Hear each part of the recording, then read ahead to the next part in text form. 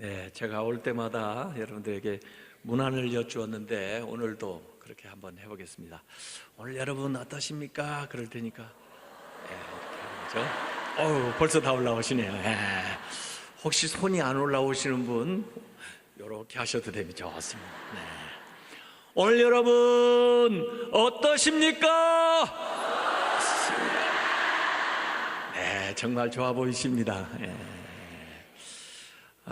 여의도 순복음교회 그 구역, 특별히 그 구역장님들은 정말 세계적으로 소문난 분들입니다. 그래서 여의도 교회가 정말 세계 교회 공헌한 점 중에 하나가 이 구역 운동을 활성화시켜서 교회가 크면서도 또 작은 교회를 잘 이루어 나갈 수 있는 그런 건강한 교회를 만드는데 여러분들이 공헌을 하셨고 또 여러분들이 지금도 여전히 주역이 되고 있는 걸 믿으시길 바랍니다. 이 기독교 역사에 쭉 보면요, 이 영성 운동이 좀 있었는데 중세 종교 개혁이 일어나기 전에는 주로 신비주의 수도원 영성이 있었고요. 종교 개혁이 일어나면서 이제 말씀 중심 또 기도와 묵상 이런 영성 운동이 있었어요. 그런데 이제는 공동체적인 영성 운동이 일어나야 되는데 특별히 이제 소그룹을 중심으로 해서 활발하게 또 생활 중심으로 영성 운동이 일어나야 됩니다. 그동안에 우리가 영적인 체험도 많이 했는데 그 영적 체험에서 더 나아가서 영성 생활을 해야 됩니다. 믿음 생활에 말하면 두 가지 측면이 있어요. 하나는 신앙의 의식화가 있어요. 내가 뭘 믿는지 그 신앙의 의식화를 통해서 내가 구원받은 하나님의 자녀라고 하는 그런 확신을 얻게 되는 건데 여러분들 다 구원의 확신 있으시죠? 이 신앙의 의식화는 잘 되어 있습니다. 근데 이제 우리의 좀 노력해야 될 부분이 뭐냐면 신앙의 생활화예요. 생활화. 믿는 것을 생활 속에서 실천해 나가는 건데 가정생활에서 직장생활에서 또 세상에서 빛과 소금 된 그 삶을 살아가는 게 이제 신앙의 생활화예요. 그래서 그게 제대로 돼야 진짜 세상을 변화시킬 수가 있는데 우리 한국 기독교가 아직 그 면에서는 조금 부족한 것 같아요. 그래서 세상 사람들이 교회에 대해서 좀 얘기하는 것들도 그분들은 아직 이 성경을 읽어보지도 못했고 이 진리를 접하지 못했기 때문에 우리의 생활을 보고 그렇게 믿는 사람다운 삶을 못 본다 그런 불평을 하는 경우가 좀 있어요. 그래서 신앙 체험에서 그 신앙의 생활화로 영성의 그 생활 영성으로 그렇게 옮겨가는 우리가 되시길 바라겠습니다. 그래서 이 생활 영성 가운데 중요한 게 일 가운데 우리의 영성을 어떻게 전개해 나갈 것인가 하는 것을 오늘 짧은 시간에 제가 여러분들에게 말씀을 드리려고 생각을 합니다. 특별히 이 금년이 종교개혁 500주년인데 마틴 루터가 1517년 종교개혁을 일으키고 그래서 우리가 이 개혁교회의 전통을 가지고 이 개신교에서 신앙생활을 하고 있습니다. 이 개신교는 그 당시에 그 캐톨릭과 전혀 다른 개혁적인 여러 가지 사상들이 있는데 그 중에 이제 중요한 게 오직 성경. 그래서 우리 성경으로 돌아가자. 성경대로 믿겠다는 그 정신이고요. 그 다음에 오직 은혜. 오직 은혜로만 구원받는다는 거. 그래서 다른 어떤 공로나 어떤 행위가 아니라 오직 은혜. 그 다음에 세 번째는 오직 믿음. 이게 우리 개신교의 아주 독특한 전통이고, 또 그걸 가지고 있는 교회가 개혁의 전통에 서 있는 거죠. 근데 이 세 가지뿐 아니라 또 중요한 게 있어요. 그게 뭐냐면 만인제사장직이라는 말씀입니다. 만인제사장. 우리 모두는 왕같은 제사장인 걸 믿으시기 바랍니다. 그 신부나 수도사만 제사장이 아니고 우리 믿는 모든 신자들은 다 제사장인 걸 믿으시기 바랍니다. 그래서 우리 모든 신자는 뭐이 돼야 되냐면 사역자가 돼야 돼요. 구역장들, 지구역장들이 다 사역자인 걸 믿으시기 바랍니다. 그래서 자기 나름의 사역을 모든 신자는 감당을 해야 돼요. 모든 신자는 나름의 목자 역할을 해야 됩니다. 저는 작년부터 이제 새로운 슬로건을 교회에서 내세우기 시작했는데, 이전에는 모든 신자는 사역자다 그러고 사역자 훈련을 쭉 시키다가 작년에는 새로운 슬로건 모든 신자는 선교사다. 그래서 지금 선교사 훈련을 시키고 있어요. 모든 신자가 다 선교사가 돼야 된다. 인생의 어느 한 시기만이라도 선교사로 나가서 사역을 하고, 또 이제는 대한민국도 외국 사람들이 많이 오니까 국내에서도 얼마든지 해외 외국 사람들을 만나서 전도할 수 있으니까 모두 다 전문인 이제 사역자가, 선교사가 돼야 된다는 것을 지금 훈련을 하고 있어요. 한번 따라서 해보세요.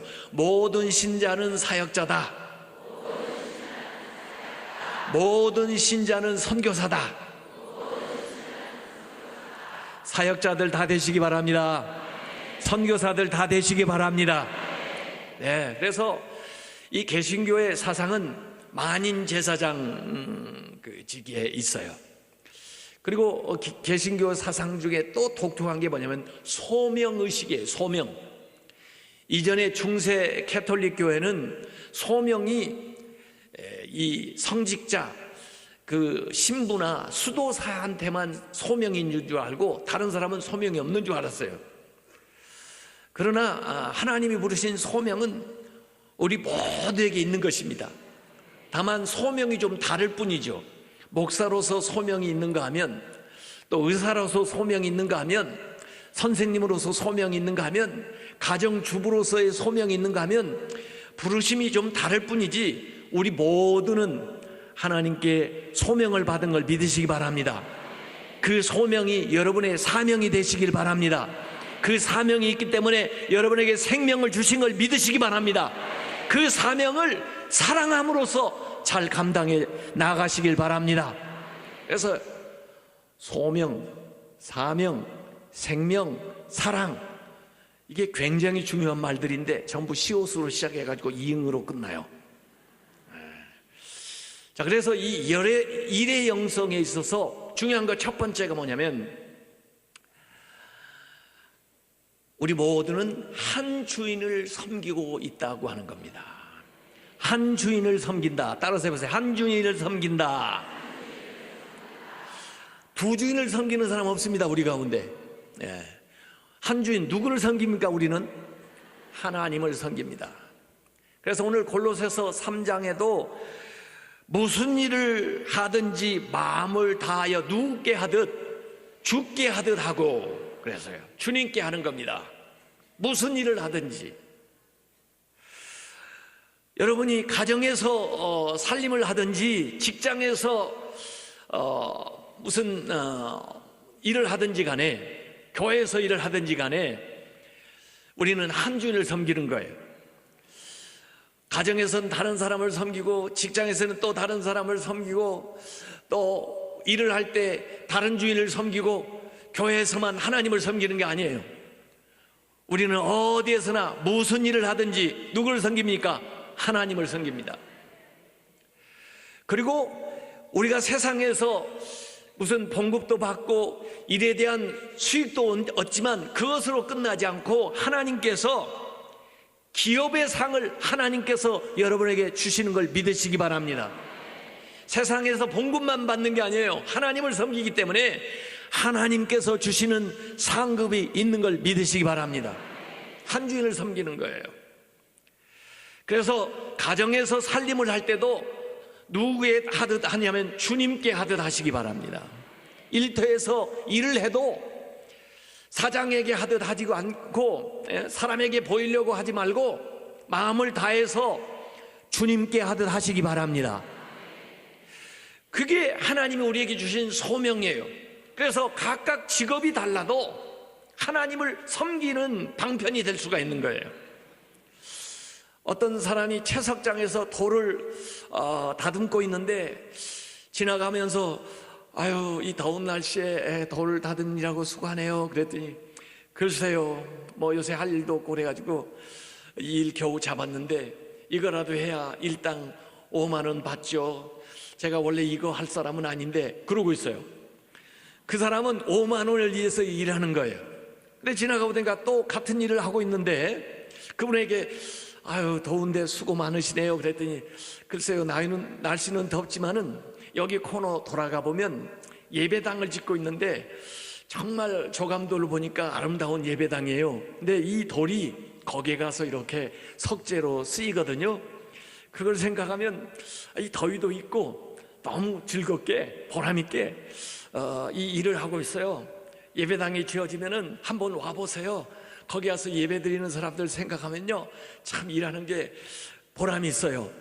이 사람은 5만 원을 위해서 일하는 게 아니고 주님을 위해서 일하는 걸 믿으시기 바랍니다.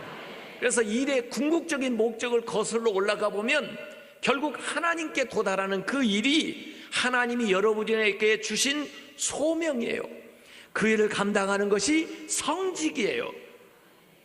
그래서 우리는 이 세상에서 정말 무슨 일을 하든지 의사를 하는 사람들도 그 의사 일을 통해서 하나님을 섬기고 또 하나님이 기회 주시는 대로 그걸 통해서 다른 사람에게 봉사하고 선교하고, 사업을 하는 분들도 그 사업을 통해서 하나님을 섬기고 또 하나님께서 그 사업에서 주신 수익과 이 모든 일을 통해서 하나님의 일을 감당하고, 여러분의 하는 일들이 모두 다 성직이 되시길 바랍니다. 우리는 일 안 하고 사는 사람이 없어요. 누구나 다 일을 해야 돼요. 일 하는 것보다 일 없는 게 더 힘들어요. 저도 일이 없어 본 적이 있었거든요. 와, 그 일 없이 지내는 게 참 힘들더라고요. 일할 수 있다는 게 축복인 걸 믿으시길 바랍니다. 누구나 다 일을 하는데 어느 때는 수입을 산출하기 위해서 일하기도 하지만 나이가 들어갈수록 수입 산출 쪽에서 가치 산출 쪽으로 옮겨가시기를 바랍니다. 젊었을 때는 수입 산출하는 쪽에 일을 더 많이 하셔도 좋지만 나이가 들어갈수록 가치를 산출하는 뭔가 더 보람 있는 일 쪽으로, 수입이 적더라도 그런 일을 찾아서 할 수 있어야 돼요. 나이가 60, 70이 됐는데도 어디 가면 돈 주나, 어디 가면 돈 많이 받을 수 있나, 그렇게 찾아다니면요, 인생 젊어서 잘못 산 거예요. 젊어서 수입 산출 쪽에 일을 했더라도 나이가 들어가면 더 가치 있는 일을 찾아서, 보람 있는 일을 찾아서 살아갈 때 여러분의 인생이 더욱 행복해질 줄로 믿습니다. 사실 그 은퇴라는 말이 리타이어인데 그 말이 어디에서 온 말이냐면 타이어를 바꾼다 하는 얘기예요. 자동차 새 차를 사도 한 3년쯤 타면 타이어가 닳아요. 그러면 자동차를 폐차시킵니까? 어떡하죠? 타이어를 갈아서 다시 타죠. 그게 리타이어예요. 그래서 60, 70 되셔서 또 55 뭐 이렇게 되셔가지고 은퇴를 하셨다 할지라도 가치 산출 쪽에서, 수입 산출 쪽에서 가치 산출 쪽으로 인생을 옮겨가시기 바랍니다. 그래서 주님 나라 갈 때까지 계속해서 일하면서 적절하게 사시길 주님의 이름으로 축원합니다. 사실 우리가 교회에서 하는 일이 예배예요. 밖에서 하는 예배가 일이에요. 그래서 일과 예배가 잘 조화를 이루어야 되는데, 원래 구약 히브리어에 이 예배라는 말, 일이라는 말이 같은 단어로 쓰였는데 뭐라 그래요? 에베드라고 불러요. 헬라어로는 라트루기아라고 불러요. 영어로는 서비스라고 해요. 영어에 Let's have a service 그러면 예배드리자 그런 뜻이에요. 퀵 서비스는 뭐죠? 빨리 예배 끝내자? 뭐 갖다 주는 게 퀵 서비스죠. 같은 서비스인데 어디에다 쓰느냐에 따라서 예배라고 번역되기도 하고 일이라고 번역되는 거예요. 그러니까 이 일과 예배가 크게 다르지 않아요. 교회에서 하는 일이 예배예요. 가정에서, 세상에서 하는 예배가 바로 일이에요. 세상에서 일을 잘 하시기 바랍니다. 그러면 예배 잘 드리는 거예요. 사실은 세상에서 일을 잘해야 그래 그 일의 열매를 가지고 와서 주일에 하나님 앞에 예배를 드려서 그 세상의 일을 잘해야 예배가 귀한 것이 되는 거예요. 귀한 것을 드릴 수 있으니까. 또 주일에 우리 수요일에 이렇게 모여서 예배를 잘 드려야 여러분이 세상에서 하는 일이 거룩해지는 거예요. 예배를 드리고 나가서 일을 했기 때문에 그 예배가 그 일이 거룩해지는 거예요. 그래서 이 일과 예배를 잘 조화롭게 한 주인을 섬긴다. 나는 예배를 통해서도 하나님을 섬기지만 세상의 일을 통해서도 궁극적으로는 하나님을 섬기는 방편으로 삼겠다. 그렇게 결단을 하고 나가시기 바랍니다. 혹시 여러분이 궁극적인 걸 다 일을 거슬러 올라가 가지고 그 일이 하나님을 섬기는 방편이 안 된다 하는 일이라면 좀 문제가 있는 일이에요. 그 일에 대해서는 생각을 해봐야 돼요. 이를테면 술을 파는 일이 하나님을 섬기는 일이 될 수 있을까요? 무슨 뭐 도박장을 개설해 가지고 하게 하는 일이 하나님을 섬기는 일이 될 수 있을까요? 그러면 믿는 사람으로서 하나님이 받은 소명 일이라고 보기가 어렵죠. 그래서 내가 하는 일이 궁극적으로 하나님을 섬기는 일인가 하는 것을 잘 여러분이 생각하면서 무슨 일을 해도 직업은 귀천이 없어요. 하나님을 섬길 수 있는 일이라면 그게 하나님이 주신 소명이고 그것이 내가 감당하는 세상 안에서의 예배라는 것을 믿으시기 바랍니다. 두 번째는 일터를 성소로 바꾸라는 겁니다. 따라서 해보세요. 일터를 성소로 바꾸라. 여러분이 일하는 그 장소가 하나님이 임재하는 성소예요. 하나님은 교회만 임재하는 게 아니에요. 여러분들이 성도이기 때문에 여러분이 가는 어디나 하나님이 동행하는 걸 믿으시기 바랍니다. 로렌스 수도사가 쓴 하나님의 임재 연습이라는 책에 보면 그 수도사는 수도원에서 맡은 보직이 식당에서 음식을 마련하는 일이에요. 다른 사람들은 기도하고 다른 사람들은 말씀 전하고 그런 보직을 받고 있었는데 다른 사람 같으면 불평을 할 텐데 로렌스 수도사는 그 다른 사람들을 위해서 음식을 장만하는 일에 정성을 다하면서 거기에 서서 하나님께 기도하면서 또 하나님을 섬기는 마음으로 하다 보니까 그 주방이 그 작업하는 장소가 하나님의 임재를 경험하는 은혜의 장소가 된 걸 믿으시기 바랍니다. 하나님께서 모세를 만났을 때도 네가 선 곳은 거룩한 땅이니 네 발에서 신을 벗으라 그러셨어요. 하나님께서 베드로에게 보자기를 내리시면서 내가 거룩하다 한 것을 네가 속되다 하지 말라 그렇게 하셨어요. 하나님께서 임재하셔서 하나님이 함께 하시면은 어느 곳이든지 성소인 걸 믿으시기 바랍니다. 그래서 우리는 믿는 사람으로서 하나님이 거하시는 성소, 하나님의 장소를 더 확장하고 더 많이 만들어야 돼요. 여러분의 가정이 성소가 되시기 바랍니다. 여러분이 일하는 장소가 하나님의 임재를 경험하는 성소가 되시길 바랍니다. 그래서 아침에 일어나서 주방에서 식사를 준비하기 전에 또는 여러분이 출근해서 직장에서 일하기 전에 한번 선포식을 해보세요. 이곳은 하나님이 거하는 성소임을 선포하노라. 한번 같이 해보시죠. 이곳은 하나님이 거하시는 성소임을 선포하노라. 제가 한때 그 김포교통에 버스 운전하시는 분들 신우에 예배를 인도한 적이 있어요. 교수 생활할 때. 그때 가가지고 제가 그분들에게 그랬어요. 버스 운전대 잡으실 때 아침에 선포식을 하세요. 이 버스는 하나님이 거하시는 성소임을 선포하노라. 그리고 운전을 하세요. 그리고 제가 다음 달에 가가지고 물어봤어요. 지난달에 제가 그렇게 부탁을 했는데 하신 분들 손 들어보세요. 그랬더니 그 기사분들이 한 50명 됐는데 딱 한 명만 손 들더라고요. 그래서 나는 교인들이 설교한 대로 안 산다는 걸 그때 확실히 알았어요. 듣기만 하지 살지는 않아. 그래서 반복해서 자꾸 말씀을 드려야 돼요.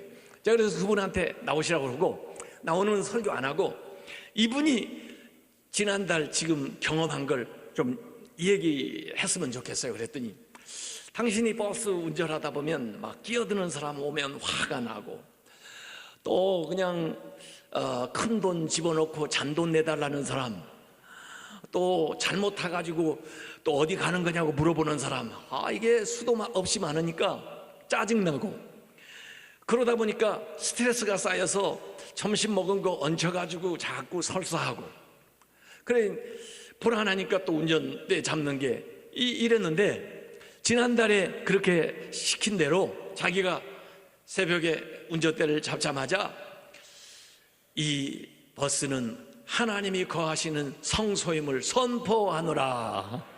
그리고 마치 하나님이 뒤에 앉아 계시고 자기가 하나님을 모시고 가는 것처럼 하니까 끼어들어도 마음에 여유가 생기더래요. 저 사람이 바빠서 그런가 보다. 먼저 가시오. 고액권 넣은 사람, 그 할머니도, 아주머니가 앉아서 다음 사람부터 돈을 걷어가지고 거스름돈 가져가세요. 그리고 잘못한 사람한테도 버스 잘못하셨네요. 다음에 내리셔서요 몇 번을 타세요. 이렇게 가르쳐주고, 그러니까 자기도 마음이 편안해지고, 그 기쁘게 일을 했는데 왜 그거 안 오느냐고, 같이 한번 해보자고 그분들이 그렇게 얘기했어요. 여러분, 여러분이 거하는 곳이 하나님이 거하시는 성소인 걸 믿으시기 바랍니다. 그런 마음으로 음식을 준비해야 가족들이 전부 행복하게 건강하게 그 음식을 잘 먹을 수가 있고, 그런 마음으로 여러분이 일을 해야 그곳에서 인정받고 또 그 하는 일이 형통하고 잘 되는 거예요. 주님이 함께 하시니까. 우리가 성찬식을 갔는데요, 사실은 다음 주이 세계 성찬주일인데, 이 성찬식도 가만히 보면요, 일상생활에서 노동한 열매를 가지고 만든 빵, 포도즙을 가지고 나왔는데, 세상에 있는 빵이나 포도즙이나 다를 바가 없어요. 그러나 교회로 가져와가지고 기도를 하면서 하나님이 그곳에 은혜 또 성령이 임재하시니까 그 빵이 예수님의 몸을 우리에게 나눠주는 거룩한 수단이 되고, 그 포도즙이 예수 그리스도의 보혈을 우리에게 전해주는 거룩한 수단이 된 걸 믿으시기 바랍니다. 그러니까 일상생활이라도 여러분이 기도하면서 믿음으로 살아가게 되면은 이것이 하나님의 은혜와 하나님의 능력을 전달하는 거룩한 수단이 되는 것을 믿으시길 바랍니다. 일터를 성소로 바꾸시길 바랍니다. 세 번째는 공생애를 살자예요. 예수님께서 얼마 동안 공생애를 사셨죠? 제 손가락을 보면 되는데 3년 동안 공생애를 사셨어요. 그렇지만 이 세상에 왔다 간 어떤 사람보다 위대하고 놀랍고 또 하나님의 일을 많이 하는 생애를 샀습니다. 이 3년 동안 공생애를 사셨어요. 아브라함도요, 75세까지는 자기를 위해서 살았어요. 그래서 아브라함의 75세까지의 인생에 대해서는 성경이 그렇게 길게 기록하지 않고 있어요. 그러나 75세에 하나님을 만난 다음에는 그때부터는 공적 삶을 사는 거예요. 공생애를. 75세라면 우리보다 나이가 많고 은퇴할 나이인데 별로 세상에서 쓸모가 없다 할 나이인데, 오히려 그때부터 살아간 그 인생이 하나님 앞에 위대한 삶을 사는 것을 믿으시기 바랍니다. 모세도 왕궁에서 40년을 살고 광야에서 40년을 살고 80세부터 바로 앞에 서가지고 이스라엘을 이끌어냈는데 그 80세부터 120세까지의 그 40년이 그 앞에 어떤 세월보다도 더 복되고 아름답게 산 걸 믿으시기 바랍니다. 왜 그러냐? 공적 삶을 살았기 때문에 그래요. 공생애를 사는 거예요. 우리의 물질도 나 혼자만 먹고 살려고 사유화하고 사적으로만 활용하는 건요, 아름답지가 못해요. 성경의 모든 죄는 공을 사유화하는 데서 생겨나요. 아담과 이브가 하나님이 공인데, 선악과가 공인데 그 공을 사유화하면서부터 죄가 시작됐고요. 가인과 아벨, 가인의 죄도 하나님은 공인데 공을 자기가 사유화하려다가 동생을 죽이게 된 거고요. 이 모든 죄는 공을 사유하는 데 돼 있어요. 그래서 십계명에 나오는 도둑질 하지 마라는 원정신은, 그 당시에는 사유재산이 없을 때인데 공동체 생활을 하고 지금 광야 생활을 하는데 도둑질을 하지 마라는 원래 그 계명의 뜻은 공적인 것을 사유하지 마라는 거예요. 공적인 것을 사유하다가 망한 사람이 아나니아와 삽비라, 또 아간 같은 사람, 하나님이 주신 승리인데 그 첫 번째 승리를 하나님께 영광을 돌려야 되는데 그걸 사유하면서 마치 전쟁을 도적질처럼 만든 이런 사람들은 하나님의 징계를 받았어요. 그러나 초대교회가 보잘것없는 사람이 모여서 수요도 얼마 되지 않았지만은 그들이 놀라운 능력을 발휘할 수 있었던 것은 그들이 자기 것을 자기 것이라 하지 않고 같이 공유하고 나누고 섬기고 돌보는 삶을 살았기 때문에, 공적인 삶을 살았기 때문에 하나님의 영광이 나타난 걸 믿으시기 바랍니다. 물질만 공유하는 데 끝나지 말고 나의 생명을, 나의 시간을 공유하는 대로 나가는 겁니다. 구역장들은 특별히 주님을 위해서 여러분에게 주신 생명, 여러분이 주신 시간을 나누는 거예요. 이게 공적 삶이에요. 예수님의 공생애의 그 특징은 십자가인데, 십자가는 멸사봉공이에요. 자신을 멸해서 공동체 모든 사람을 살리는 정신이 예수님의 십자가 정신이거든요. 우리가 하나님을 개인적으로 만나고 여기 개인적으로 하나님을 경험을 하지만은, 그러나 우리의 그 신앙은 사회의 공적인 영역에서 공개적으로 표현돼야 될 줄로 믿습니다. 여러분의 삶이 공적인 영역에서 하나님을 믿는다운 삶을 살아가야 되는 거예요. 그것이 공생애예요. 공생애. 공생애를 사시기 바랍니다. 공적인 삶을 사는 거예요. 나에게 주신 이 시간, 나에게 주신 이 물질, 나에게 주신 이 생명을 사사롭게 나 자신만을 이기적으로 위해서 쓰지 않고 공동체를 위해서, 또 하나님의 뜻을 위해서, 또 하나님의 나라를 위해서 살게 되면 그게 공생애고, 그 공생애가 이전에 살았던 어떤 삶보다도 더 가치 있고 복된 삶인 것을 믿으시기 바랍니다. 마지막으로 네 번째는 안식을 누려라 합니다. 따라서 한번 해보세요. 안식을 누려라. 일만 하면요 죽습니다. 우리가 안식일을 지키는 게 아니고 사실 안식일이 우리를 지켜주는 겁니다. 안 쉬고 일하면 죽습니다. 일이 복이 되려면 안식할 줄 알아야 일이 복이 되는 거예요. 일이 고역이 되지 않으려면 안식해야 일이 고역이 되지 않는 거예요. 일이 우상이 되지 않으려면 안식할 줄 알아야 일이 축복이 되는 걸 믿으시기 바랍니다. 그래서 하나님께서 창조하실 때 엿새 동안 세상을 만드시고 7일째 안식함으로써 모든 것을 완벽하게 만드신 거예요. 하나님께서 7일째 만드신 것이 안식이에요. 안식. 안식까지 해야 완벽해지는 거예요. 그러지 않으면 6일로 끝나는 거예요.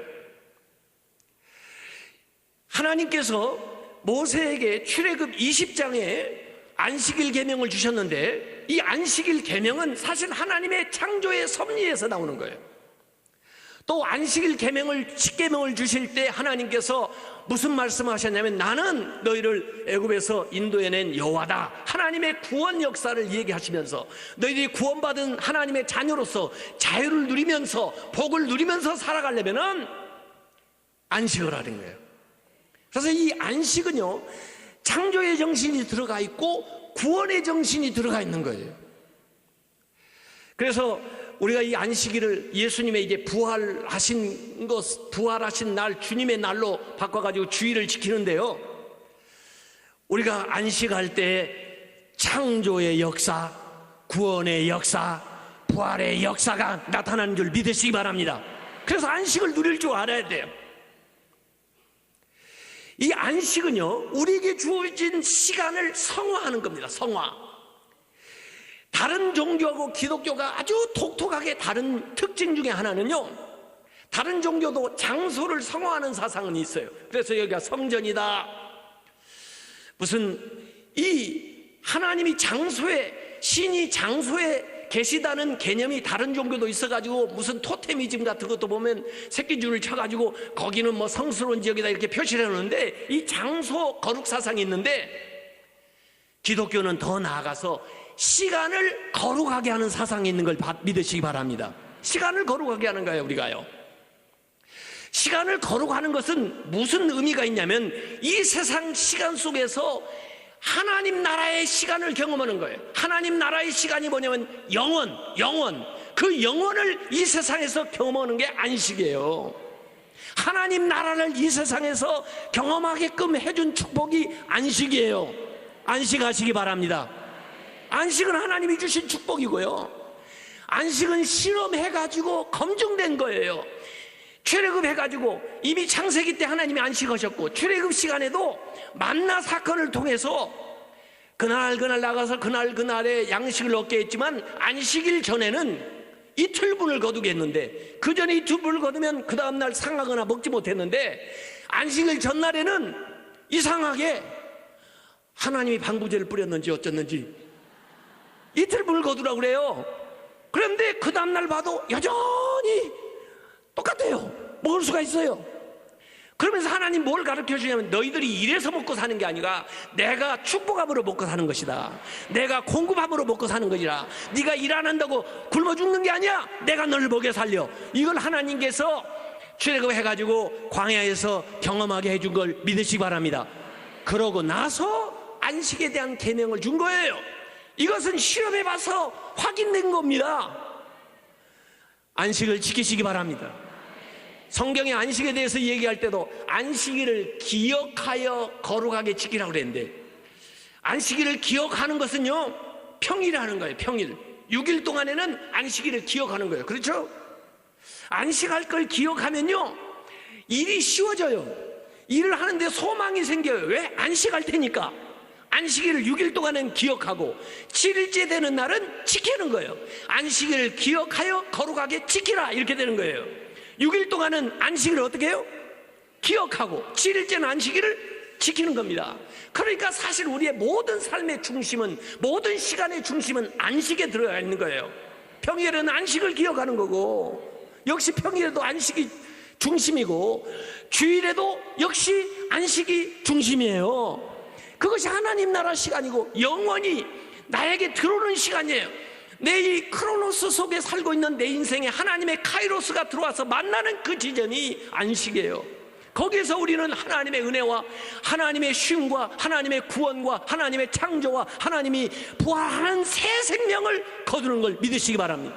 평상시에 우리 일하다 보면요, 육체가 계속 앞질러가고 그 다음에 영혼이 따라가지 못해가지고 하고 있는데, 안식할 때 이 육체를 멈춰놓고 영혼이 따라붙는 시간을 주는 거예요.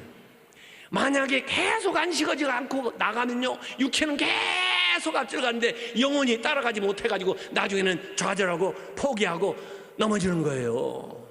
그래서 여러분들 구역장들이 일주일 벌써 결석했을 때 바로 찾아가야 됩니다.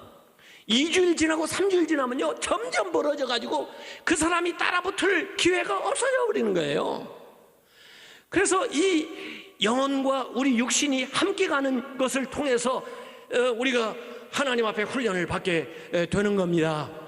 이 안식일의 그 정신, 출애굽기 20장 11절의 그 안식 계명에 이렇게 나옵니다. 안식의 일을 그치고 쉬는 거예요. 그 다음에 그날을 하나님이 복되게 하사, 그날을 복되게 하시는 거예요. 그 다음에 그날에 거룩하게 하셨다 하는 거예요. 이 세 가지가 들어가 있어요. 쉬는 거, 그 다음에 복되게 하는 거, 복을 주시는 거, 그 다음에 거룩하게 되는 거예요. 이걸 휴복성이라고 합니다. 한번 따라서 해보세요. 휴복성. 쉴 휴자, 복받을 복자, 거룩해질 성자예요. 휴복성. 안식일은 이 세 가지가 일어나야 돼요. 예수 안 믿는 사람도 일요일이라고 쉽니다. 근데 그 사람은 쉬는 것만 하지 거기에 복을 못 받아요. 거룩해지지는 더 못해요. 육체만 쉬지 그의 영혼이 거룩해지지 않는다니까요. 그의 삶에 복이 임하지 않는다니까요. 진짜 안식 얻는 사람들은 휴복성이에요. 하나님이 이 시간에다가 복을 매달아 놓은 거예요. 여러분이 이 주 안에서 안식하게 될 때 하나님이 그 시간에 매달아 놓은 복을 받는 걸 믿으시기 바랍니다. 또 그날에 여러분이 거룩해지는 거예요. 하나님의 말씀으로, 은혜로, 성령으로 이 안식에 우리가 거룩해지는 거예요. 그래서 세상에 또 나가는 겁니다.